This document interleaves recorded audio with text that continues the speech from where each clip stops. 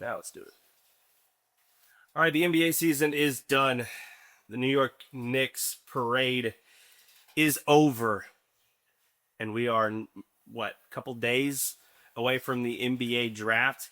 And this is the perfect time to talk about Giannis Antetokounmpo and his trade value. Trade rumors, everything's going on this week. And the Milwaukee Bucks said, we're going to want to trade him before the NBA draft. And as we are less than a week away from the NBA draft, I highly doubt that is going to happen. Chris Haynes, NBA insider, said that that's probably not going to happen, that this is probably going to go into July. And I think that that's probably the case. Obviously, the Bucks would like to have something so that they could maybe use some of the assets that they get back in this trade in this draft, which is a really good deep draft. And so let's start with that. I am a believer in getting the best trade that is possible. I am also a believer in the fact that sometimes you wait too long and the good thing is already passed. The best offer is already gone. And in this instance, when you have a draft class that is really good like this one, it's really deep. They're saying like the top 20 picks, like this can be some really good NBA players. Whereas a lot of years, your top 5 might be decent. The rest of them are going to be, G leaguers. This draft is really deep. And I think that if you're the Bucks, this is the draft that you want picks in. And so if you drag this on too long, I don't think you're going to get some incredible deal. And you're going to miss out on potentially drafting some decent prospects. And that's what you want, right? You obviously, I don't think you're going to get a superstar back in return for Giannis. That ship has sailed. So get some draft picks and be able to build a young roster here in the next couple of years. But let's first talk about Giannis. Giannis is getting into kind of that scary territory for a guy. 32 at the start of the season. He'll be 32 at the start of the season. He's owed $58 million next year. And he's going into year 14. There have been a lot of people who have done the whole backstory of like year 30 plus big men after an injury, what happens to them. We saw peak like Dwight Howard and Shaq and what they looked like post 30. 32 getting up there just wasn't the same type of player, especially when your game is built off of explosion and athleticism. Now, I understand that Giannis is different. He is a different breed of athlete, but we all thought the same thing about Dwight Howard. We thought the same thing about Shaq in his heyday, that he was a different type of dude.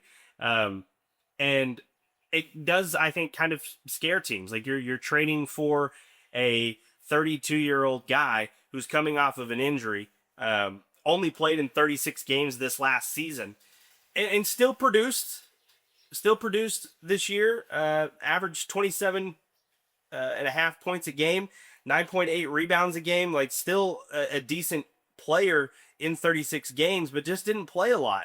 And if you are signing up to trade for him, you're not going to give up the farm.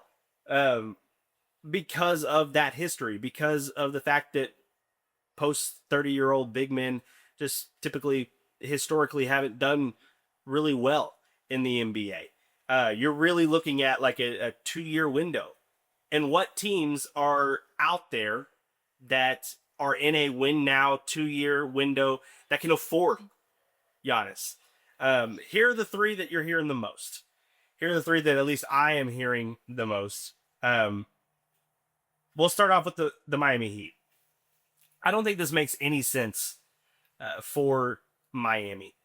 Giannis apparently wants to go play in Miami, but you're going to have to trade away everybody. Tyler Hero, you're going to have to get rid of. All of your depth, you're going to have to get rid of to make this trade work. And I don't think that a backcourt of Giannis Antetokounmpo and Bam Adebayo, the 83-point king, I don't think that's going to do it in this NBA. A 3-and-D league, got two guys that are not very good shooters. You would have to build around them, but you're not going to be able to afford any elite playmakers. You still don't have a point guard or anybody to kind of initiate the offense. With Bam and Giannis, those are two guys that need somebody to initiate. You would have to give up Tyler Hero. That there's no way that the money works without giving up Tyler Hero. You're going to have to give up probably Hines. You're going to have to give up all of these guys to get him.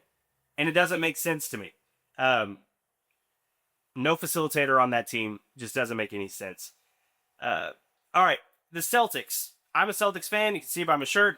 I'm a Celtics fan, and this one is interesting to me, but I'm not sure that it fits. You're going to have a third team involved. Jaylen Brown is going to have to be involved. And I am not sold on the fact that the Celtics want to get rid of Jaylen Brown. I think that everyone in the media wants to get rid of Jaylen Brown and split these two up. I think that there are times that Jaylen Brown also wants this two to split up. And Jason Tatum probably too, just because he doesn't want to deal with this. But I am not convinced that the Celtics actually want to split them up. I'm sure they're kicking the tires, but you're going to have a third team, which people are speculating that's New Orleans. But if you're Milwaukee, what are you getting in return? You're going to get some New Orleans picks, I'm assuming, in that trade, which is probably the best offer that you're going to get. So right now, I do think the Celtics have the best offer, and it would be an interesting tandem. I don't know what other players you would have to get rid of. If you'd have to get rid of a Derek White or a Peyton Pritchard, then, you know, the Celtics might be out on that because you're going to have a facilitator as well. Not that Jason Tatum can't facilitate, but that's just not the role that he wants to play. I think that he would much rather be kind of that go-to guy with Giannis, play the pick and roll, kind of have a three-headed monster there. It's the most reasonable for the Celtics to do it, but I'm not sure they will. This one would be interesting as well. The Los Angeles Clippers, they have the 5th overall pick this year, and that's probably the prized possession of any of these that Milwaukee could get. Anybody else, I don't think is willing to trade this. I think the Clippers might be. Clippers haven't been to a conference finals. Their only conference finals that they've ever made was in 2020, 2021 when they lost to the Suns. This is the gamble that I think Steve Ballmer might be willing to make. Might be crazy enough and just say, hey, you know what? I understand that we might be blowing up our future, but the future could be 2 years right now. If you have Giannis and Kawhi both staying healthy, you have Darius Garland as your facilitator. I don't know how the salaries would work. I don't, because you look at Spot Track and you try to figure everything out. The NBA is so complicated with a lot of this stuff. Like, it's the aprons, it's the salary cap matches, like it's all of these things that you would have to get done for the Clippers. I think that it could potentially get done and you'd have to invite a third team. But I think the Clippers might be in on this. And if the Clippers are in on this, I think that would be an interesting spot for Giannis to go. I'm not sure. I'm not making any predictions right now as to who is getting it done.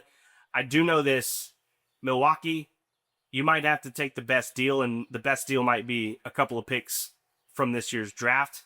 You might not be able to get the haul that you thought you were going to be able to get to last summer with Giannis. All right, y'all let me know, where does Giannis end up in the comments below, and we'll see you in the next video. All right, peace. Just wanted to say, the reason that I felt like I was speeding through that there at the end, my camera's at 1%. I can just see it going down. Just second by second, that battery's going down. That's why we were in a hurry.